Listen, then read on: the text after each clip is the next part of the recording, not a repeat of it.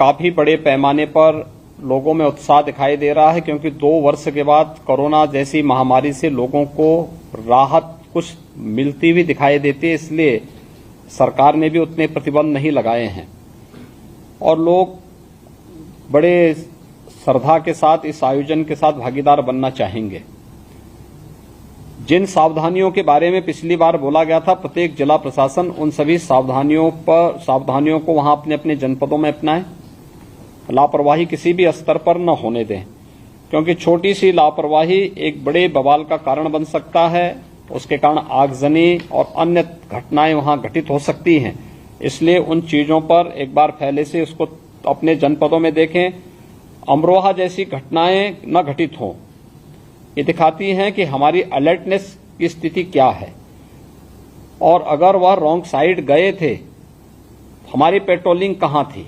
हम लोगों को वहां पे कोई ना कोई तो रहता, वहां पे कहीं भी कोई नहीं था वहां पे, तो इसके बारे में भी आप देखें। दूसरा, कन्नौज जैसी घटनाएं। कन्नौज में एक घटना घटित हुई थी। मुख्यालय से जिलाधिकारी और पुलिस अधीक्षक को वहां पे कैंप करने का निर्देश दिया गया था। उस सब के बावजूद एक औपचारिकता निर्वहन करने के बाद ये दोनों अधिकारी वहां से नदारद हो गए और बाद में वहां आगजनी की घटना घटित होती है, तोड़फोड़ होती है। ये चीजें नहीं स्वीकार हो सकती है।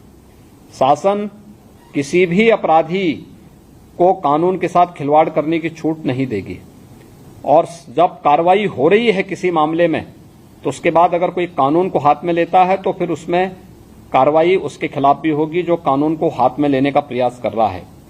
ऐसे ही लखनऊ के अंदर भी देखने को मिला।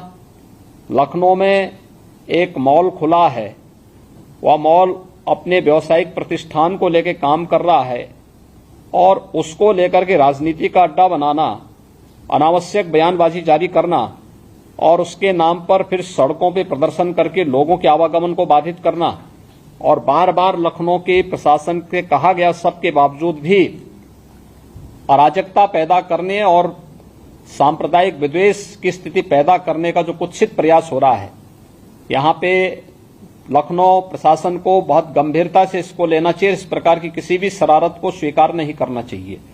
सख्ती से ऐसे तत्वों से निपटना चाहिए जो अनावश्यक मामलों को बढ़ावा देकर के माहौल खराब करने का प्रयास करते हैं।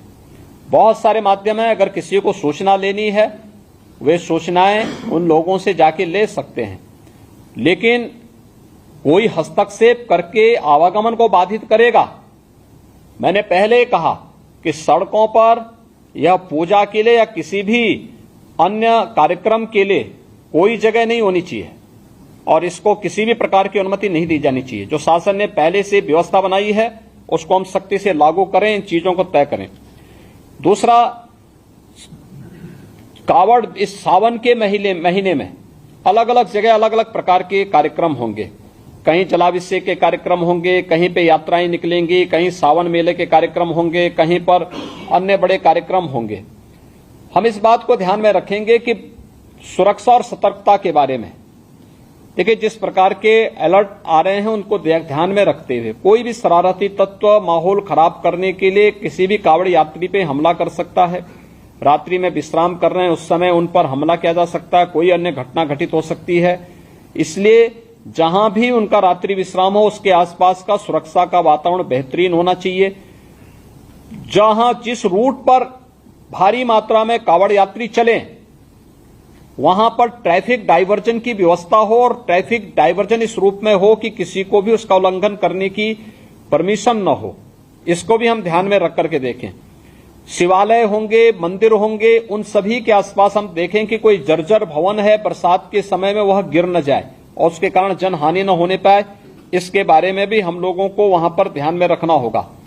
बड़े देवालयों में, शिवालयों में भीड़ नियंत्रण के लिए हम लोग पहले से ही मंदिर प्रबंधन के साथ बैठ करके अपनी कार्य योजना बना लें और हम उसमें किसी भी प्रकार की लापरवाही न होने दें।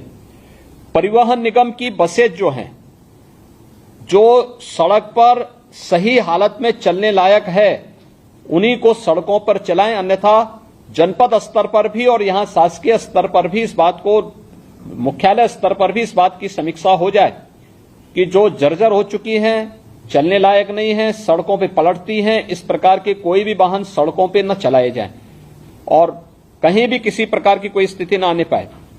स्वच्छता और पेयजल की व्यवस्था हर एक जगह हो और सुरक्षा के लिए जो भी हम लोग अपने स्तर पर व्यवस्था कर सकते हैं वह हम लोग करें। कांवड़ यात्रा के बारे में और अन्य जो पर्व होने, अयोध्या का सावन मेला है, अन्य कार्यक्रमों की तैयारी हमारी बेहतरीन तरीके से होनी चाहिए। ये हम लोग अभी से देख लें, कहीं भी किसी भी प्रकार की अव्यवस्था, अराजकता फैलाने की छूट किसी को भी न दें। एक तो ये मामला है। दूसरा है, जो अभी प्रमुख सचिव संस्कृति ने आपके सामने एक प्रेजेंटेशन प्रस्तुत किया था, हर घर तिरंगा का। हर घर तिरंगा 11 से 17 अगस्त के बीच में एक बृहद अभियान चलेगा पूरे देश के अंदर। इसमें प्रभात फेरियां निकलेंगी। मैंने पिछली बार इसकी बैठक की थी और मैंने तब भी यहां पे हर विभाग ने अपनी अपनी कार्य योजना बनाकर के प्रस्तुत भी की होंगी। हर घर तिरंगा के इस कार्यक्रम को 13 से 15 के बीच में यह कार्यक्रम बनना है। उत्तर प्रदेश का जो लक्ष्य है वो 4.5 करोड़ का है, जो उत्तर प्रदेश ने लिया है, और देश के अंदर सर्वाधिक लक्ष्य उत्तर प्रदेश ने तय किया है, जिसमें 2.5 करोड़ तिरंगा या जनपदों में एसएसजीज के द्वारा, एनजीओज के द्वारा, निजी टेलर्स के द्वारा, जिला प्रशासन के अधिकारियों के द्वारा बनवाए जा रहे हैं। याद रखना, जिन लोगों ने जो लक्ष्य दिया है उसको प्राप्त करने और उसे वितरण करने की व्यवस्था भी सुनिश्चित करेंगे। दूसरा, एमएसएमई विभाग के द्वारा भी 2 करोड़ झंडों के टेंडर किए गए हैं और ये भी निर्धारित समय में संबंधित जनपदों को उपलब्ध हो जाएंगे। इसमें अलग अलग केंद्रों पे इन्हें बिक्री और वितरण की व्यवस्था होनी चाहिए। खासतौर पर ग्राम पंचायत में ग्राम सचिवालय हो गए, इसी प्रकार से बेसिक शिक्षा परिषद के हमारे विद्यालय हो गए, प्राथमिक स्वास्थ्य केंद्र हो गए, और भी हमारे वह अन्य जितने भी ब्लॉक के अंदर ब्लॉक मुख्यालय, जिले के अंदर सीडीओ के अधीन, वहां पर हम लोग इस बात को एक वहां पे व्यवस्था करें। और मुझे लगता है कि अगर जिला प्रशासन चाहे तो बहुत अच्छे ढंग से जो तंत्र हमारे पास पहले से खड़ा है, किसी भी चीज की कमी नहीं है, एक एक उसको ले सकते हैं। एक दिन बेसिक शिक्षा अधिकारी के साथ बैठक करके हर बेसिक शिक्षा अधिकारी के स्तर पर हर प्राथमिक विद्यालय और जूनियर हाई स्कूल के प्रधानाचार्यों के साथ एक किसी रविवार के दिन वो बैठक ले सकते हैं और उनके माध्यम से बेसिक शिक्षा परिषद के विद्यालयों को एक्टिवेट कर सकते हैं। ग्राम्य विकास और पंचायती राज के साथ एक साथ बैठक हो सकती है कि हर ग्राम पंचायत स्तर पर कौन नोडल विभाग, कौन नोडल अधिकारी होगा, कौन इन चीजों को व्यवस्थित रूप से हर घर तक पहुंचाने का कार्य करेगा। स्वास्थ्य विभाग है, आंगनवाड़ी है, आशा वर्कर हैं, इन सभी का हम बेहतरीन उपयोग करके हर एक स्तर पर एक बेहतरीन मैकेनिज्म तैयार कर सकते हैं, जिससे किसी भी स्तर पर हम लोग जब 13 से 15 के बीच में देश अपनी आजादी का अमृत महोत्सव मना रहा होगा, उस अवसर पर हर घर में भारत के आन मान और शान का प्रतीक प्रधानमंत्री जी के विजन के रूप भारत का तिरंगा फहराया हुआ दिखाई दिया जाना चाहिए। ये हम सुनिश्चित करें और इसको लेकर के अभी से हमारी कार्य योजना आगे बढ़ जानी चाहिए और इसको लेकर के हम लोग अभी से अपनी तैयारी पूरी कर लें। किसी भी जनपद स्तर पर इसके लिए कोई लापरवाही न हो। जो टारगेट आपने दिया है कि जनपद स्तर पर इतने तिरंगा आपके स्तर पर बनाएंगे, उसका निर्धारित जो माप होगा, उस निर्धारित माप के अनुरूप ही आप उसको बनाएंगे। उसकी डिजाइन आप संस्कृति विभाग से ले लेंगे या मैं गृह विभाग से कहूंगा कि वह हर एक जनपद को, जिलाधिकारी को उसका एक माप बना करके उपलब्ध करवा देंगे, जिससे जो भारत सरकार ने जो अपना एक्ट में संशोधन करने के बाद भी ये व्यवस्था दी है उसको, क्योंकि झंडे लगाने ही नहीं, उसके लिए डंडे भी चाहिए। कैसे इसको करेंगे? लोगों को उसके लिए प्रेरित करना और बड़े पैमाने पर होना है, एक अभियान के रूप में होना है। प्रभात फेरी का प्रदर्शन, झंडा गीत का रिहर्सल, ये सभी चीजें होनी चाहिए। और पुलिस बैंड हर एक उस स्तर पर, मैंने पहले कहा, हर शहीद स्मारक पर इस दौरान एक सप्ताह प्रभात फेरी भी नियमित रूप से हो बच्चों की। एक सप्ताह 11 से 17 के बीच में पुलिस बैंड हर शहीद स्मारक पर आधे घंटे राष्ट्रगीत के धुन को राष्ट्रभक्ति से संबंधित गीतों की धुन के साथ वहां पर बैंड की धुन के साथ उसे लेकर के उन्हें उनका वादन करें।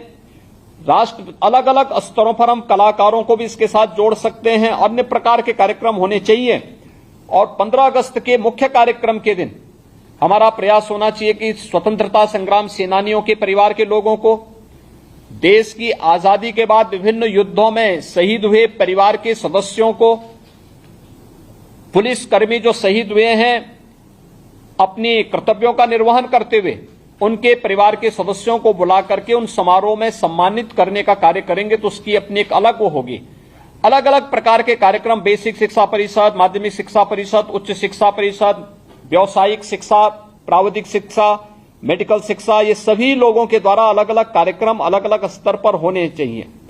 हर ग्राम पंचायत में, हर अमृत सरोवर में, हर ब्लॉक स्तर पर, हर एक स्तर पर कार्यक्रम उत्साह और उमंग के साथ आयोजित होना चाहिए। यह तैयारी हमारी अभी से प्रारंभ होगी तो हम लोग सफलतापूर्वक इन कार्यक्रमों को आगे बढ़ाएंगे।